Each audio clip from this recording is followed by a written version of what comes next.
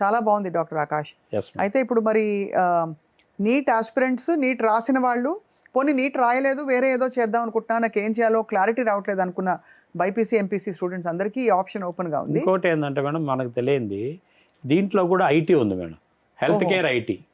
ఇప్పుడు ఒకవేళ మనం ఏంటంటే ఇప్పుడు బీటెక్ కంప్యూటర్స్ తీసుకుంటేనే ఐటీకి పోవాలి, బీటెక్ కంప్యూటర్స్ తీసుకుంటేనే యుఎస్ పోవాలి అనేది కాదు ఉంది. ఇప్పుడు ఏంటంటే ఇప్పుడు యుఎస్లో మీకు తెలుసు కంప్యూటర్స్కి అస్సలు డిమాండ్ లేదు. ట్రంప్ గారు వచ్చిన తర్వాత టోటల్ అందరినీ కూడా వెనక్కి పంపించేస్తున్నారు. కానీ హెల్త్ కేర్ ప్రొఫెషనల్స్ని వెల్కమ్ చెప్తున్నారు వాళ్ళు. అదే వాళ్ళ దగ్గర షార్టేజ్ ఉంది. ఈ health care AI, robotic surgeries ఇవన్నీ వచ్చిన తర్వాత ఈ డేటా అనలిటిక్స్కి కానీ డేటా స్టోరేజ్కి కానీ అవన్నిటికి కూడా ఐటీ కావాలి. కాబట్టి ఇది వీటిలో కూడా హెల్త్ కేర్ ఐటీ ఉంది మేడం. ఈ హెల్త్ కేర్ ఐటీ చేసుకుంటే కూడా సాఫ్ట్వేర్ ఇంజనీర్ కావచ్చు, డేటా ఇంజనీర్ కావచ్చు, రోబోటిక్ సర్జన్ కావచ్చు, సర్జరీ అంటే సర్జరీ టెక్నాలజీ అసిస్ట్ చేయడానికి.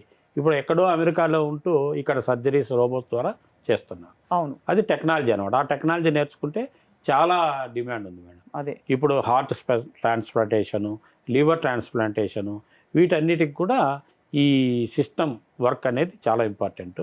అట్లే MBA health care and hospital administration కూడా మన హెల్త్ కేర్ ప్రొఫెషనల్స్ పోయి మొత్తం హాస్పిటల్కే టోటల్గా జనరల్ మేనేజరు ఆ పొజిషన్కి వెళ్తే మంత్లీ 5 to 10 lakhs శాలరీస్ కూడా ఉన్నాయి మేడం. జనరల్ మేనేజర్ ఆఫ్ పెద్ద పెద్ద హాస్పిటల్స్లో మొత్తం హాస్పిటల్కి అంతా సీఈఓ కావచ్చు, ఇన్ఛార్జ్. అప్పుడు అదే డాక్టర్స్ కంటే కూడా ఎక్కువ అవకాశాలు ఉన్నాయి వీళ్ళకి. అది